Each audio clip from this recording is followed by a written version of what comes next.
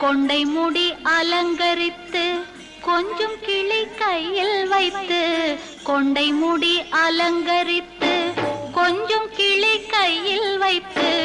அஞ்சுக மொழி உமையாள் வீற்றிருந்தாள் அந்த அழகிய மாநகர் மதுரையிலே மதுரையிலே மதுரையிலே மதுரையிலே